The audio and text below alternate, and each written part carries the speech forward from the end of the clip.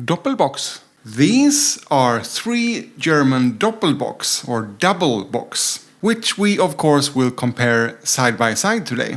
I've had all 3 of them before, but not together like this, and it hasn't been super easy to get hold of them all. The Ayinger Celebrator is available in some of the physical Systembolaget stores in Sweden, and you can also easily order it to your local store without any additional shipping cost. The Andechser Doppelbock Dunkel is only available in one store, I think, but you can order that one as well, but then you have to order 6 of them. And then we have the Weihenstephaner Korbinian, which you have to order 20 of.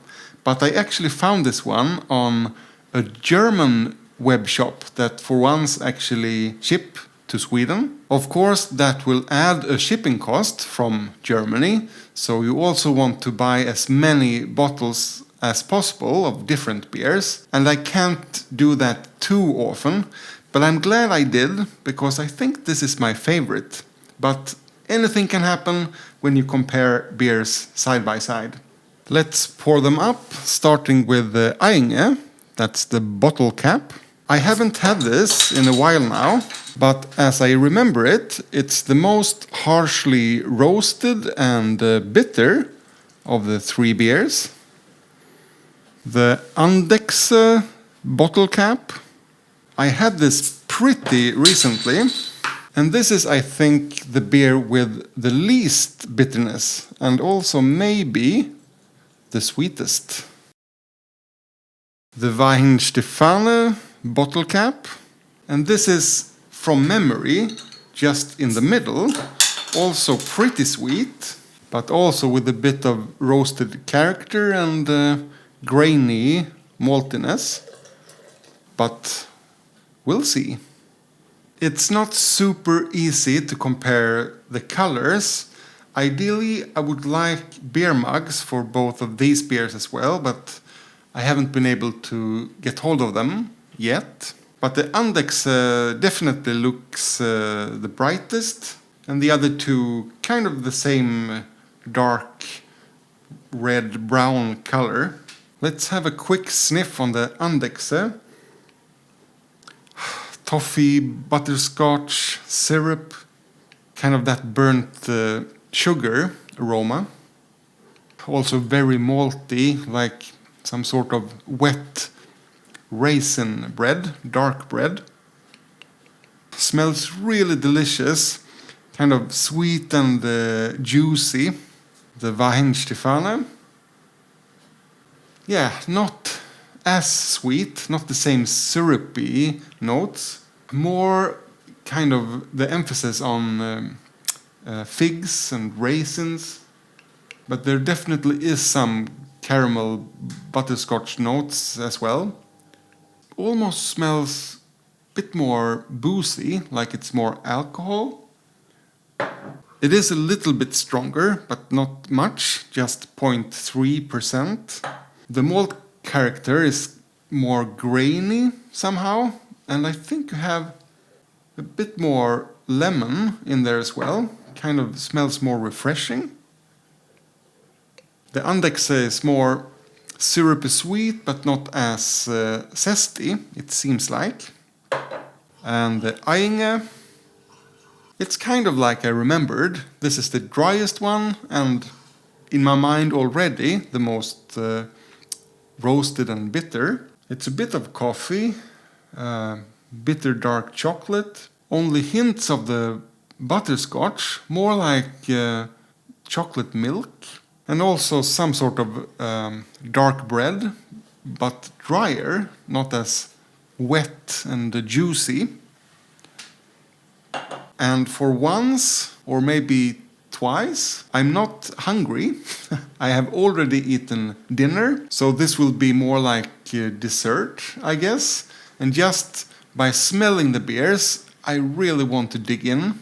But I'm also a bit worried. I'm already quite tired, and I need to get up early for work tomorrow. But anything for you guys. So let's go from sweet to dry and bitter then, as I remember it in my mind, starting with the Andechser. Prost! Oh, yeah, just what I needed.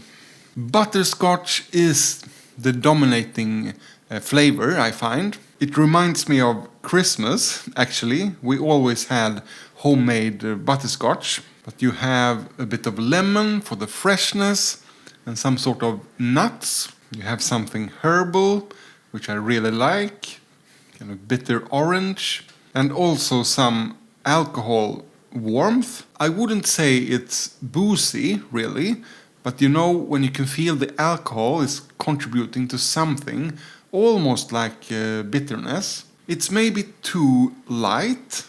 I want it more full-bodied, more of the malt flavor, and something even more herbal and grainy in the finish. It kind of just disappears after a while, and you have something sweet and syrupy, which isn't the best aftertaste, in my opinion, but perfect as a aperitif. But let's have a sip of water and check out Weihenstephaner Korbinian. Prost! Oh yeah.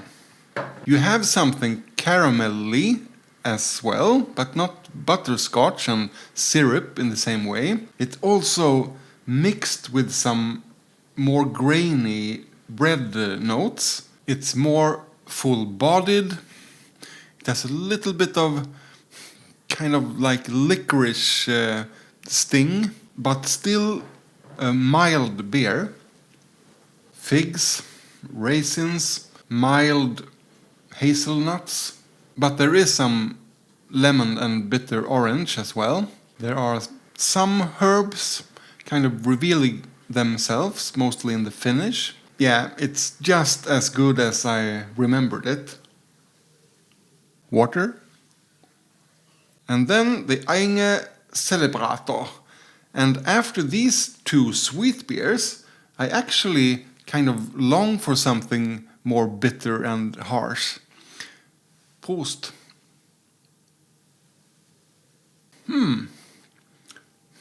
It is actually sweeter and milder than I remembered. I'm not sure if these beers kind of influence the flavors in the Ayinger. You don't get as much of the coffee and dark chocolate as in the Aroma, but there are hints of them in the back of your throat. It is definitely more bitter, maybe also more herbal and sour. The highest amount of bitter orange, I would say.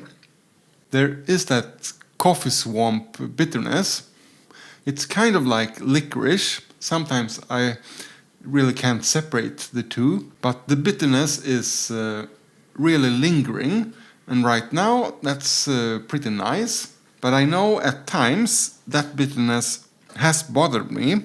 You get a lot of lovely caramelly notes, but they disappear, and all that is left is kind of this bitterness in the end. So I was right in saying that the Andechs was the most sweet and mild, but after Ayinger, the burnt sugar notes are almost overwhelming.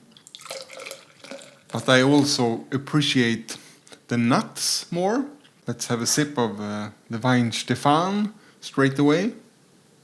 It is a bit more zesty, and I love the figs and raisin notes. That is kind of what I think about when I think about a Doppelbock together with the nuts. It's also more grainy and full-bodied.